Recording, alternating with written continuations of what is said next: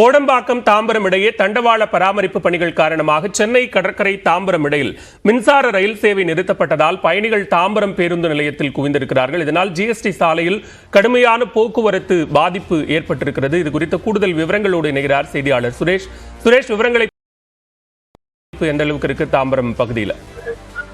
அதாவது தாம்பரம் ஜிஎஸ்டி சாலையில் தொடரும் போக்குவரத்து பாதிப்பால் பொதுமக்கள் காலையிலிருந்து அவதிப்பட்டு வருகின்றனர். குறிப்பாக தாம்பரம் சென்னை கடற்கரை இடையிலான வழித்தடத்தை பராமரிப்பு பணி காரணமாக இன்று 44 மின்சார ரயில்கள் ரத்து செய்யப்பட்டுள்ளது. இதை காரணமாக சென்னை கடற்கரையிலிருந்து தாம்பரம் மற்றும் செங்கல்பட்டிலிருந்து சென்னை கடற்கரைக்கு செல்லும் மின்சார ரயில்கள் இன்று காலை 10 மணி முதல் மாலை 4 மணி வரை முழுவதும் ரத்து செய்யப்பட்டுள்ளது.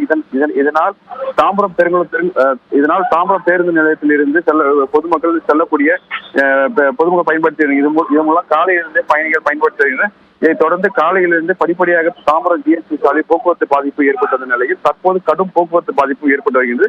சென்னை நோக்கி செல்வதற்கு போதிய பேருந்துகள் இல்லாதால் பொதுமக்கள் கூட்ட நெரிசல் தாம்பரம் பேருந்து நிலையத்தில் அலைமோதி வருகின்றனர். அது மட்டுமின்றி தாம்பரத்திலிருந்து பெருங்குளத்தூர் சுமார் 4 கிலோமீட்டர் வாகனங்கள் அணிவகுத்து நின்றன. இதனால் கடும் போக்குவரத்து பாதிப்பும் ஏற்பட்டது. போக்குவரத்து பாதிப்பை சரி செய்த போக்குவரத்து போலீசார் மற்றும் சட்ட ஒழுங்கு போலீசார் இருப்பினும் அதிகப்படியான பொதுமக்கள் வாகன ஓட்டிகள் என ஜிஎஸ்டி சாலையை பயன்படுத்துவதால் இந்த போக்குவரத்து பாதிப்பும் ஏற்பட்டு வருகின்றது.